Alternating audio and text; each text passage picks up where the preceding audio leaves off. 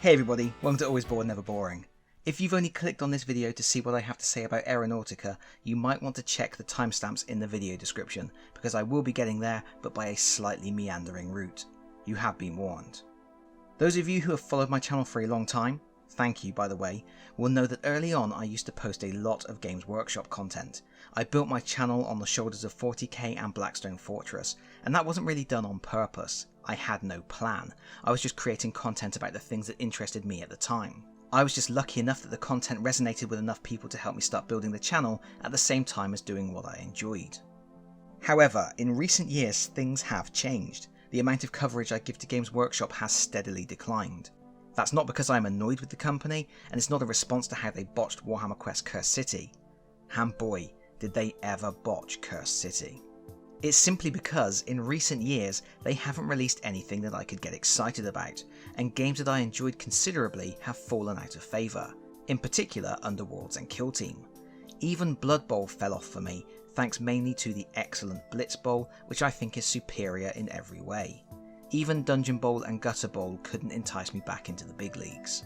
But each week I check out the Warhammer community page to see what's going on, and I'm always hoping for news that is going to spark my interest again. It just hasn't happened yet. Recently, I even cancelled my subscription to White Dwarf magazine.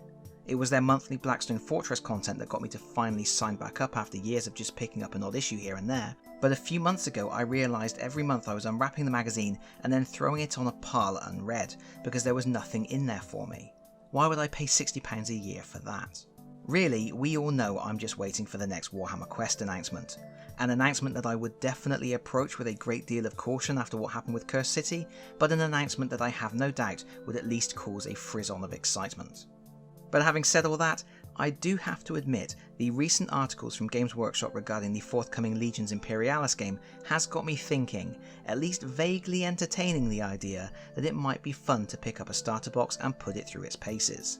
Epic 40k was something I never got into as a child. I played Titan Legions a bit, but while I always liked the idea of the massive scale battles that the Epic system made possible, there were always other games I wanted to play more. And I do sort of regret missing out on it, and I would be lying if I said I hadn't once or twice perused eBay looking for a cheap set of one of the Space Marine core sets. And now, Epic in a slightly different scale is on the way. Of course, we've known about this for a little while, but more information has become available in recent weeks and it looks okay. The miniatures look astounding, especially considering the scale. I actually think some things, like the wee Contemptor Dreadnoughts, look better than their bigger brothers. I'm not sure I like the round bases though. I was talking about this the other day with one of my online friends, John Middleton.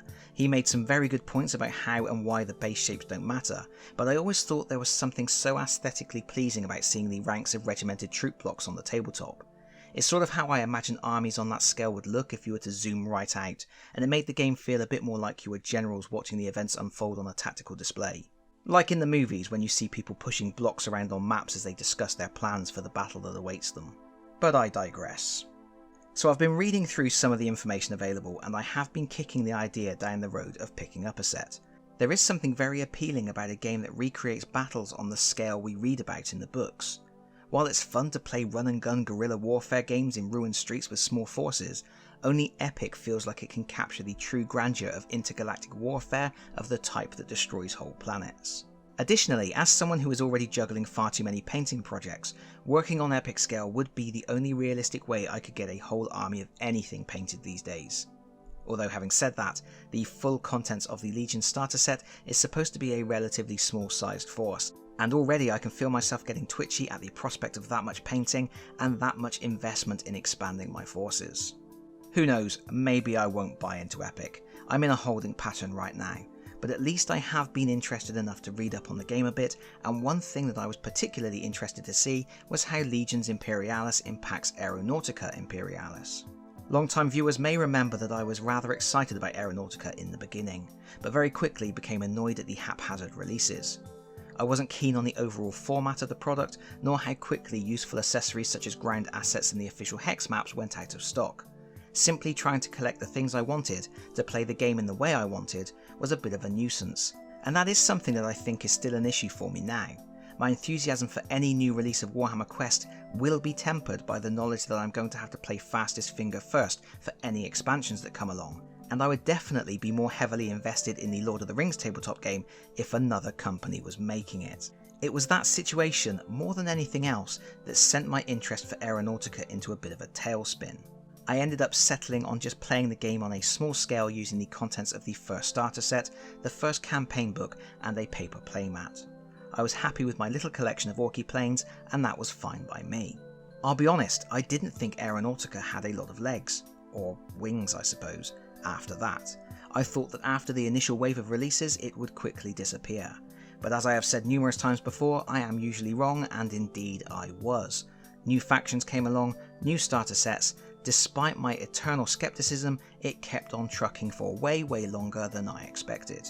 But finally it seems that support for Aeronautica Imperialis is coming to an end. Sort of.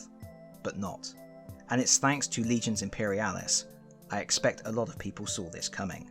The move first became apparent when a lot of Aeronautica products on the Games Workshop web store were added to the last chance to buy category. Products in this category have a red hourglass symbol to let you know that time is running out to open your wallet. And thanks to an article published on the Warhammer community page on the 7th of July, we have confirmation of what's going on here. The good news is, all of the miniatures from Adeptus Titanicus and some from Aeronautica Imperialis are compatible with Legions. The miniatures are in the same scale, and the rules for those units are included in the core rules for the new game. But of course, Legions is a Horus Heresy era game, so only period accurate units have made it in, and at the moment there are no plans to expand the game to include 40k armies. As a result, any Aeronautica products that aren't from the time period have been flagged as last chance to buy, and then they are gone for good. Basically, we're waving bye-bye to all the Xenos and the Astra Militarum.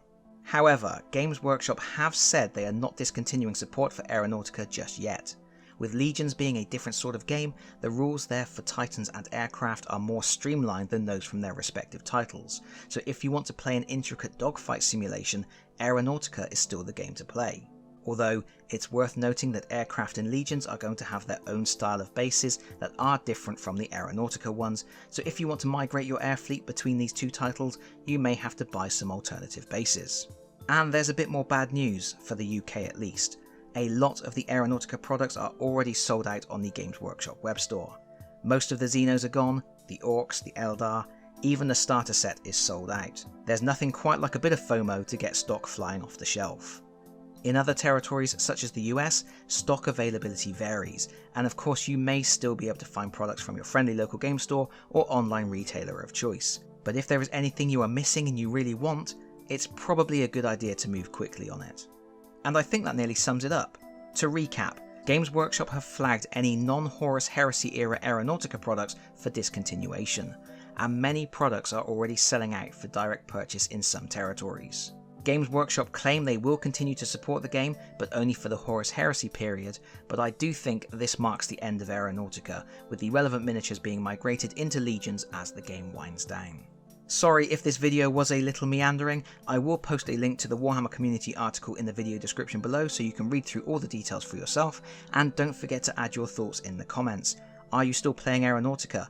Are you excited about Legions? Let me know, because that's it from me for now. Thank you so much for watching. If you enjoyed the video, please consider pressing the like button. If you really enjoyed the video, please consider subscribing if you don't already do so, and hopefully I'll see you all again very soon. Bye bye everyone, bye bye.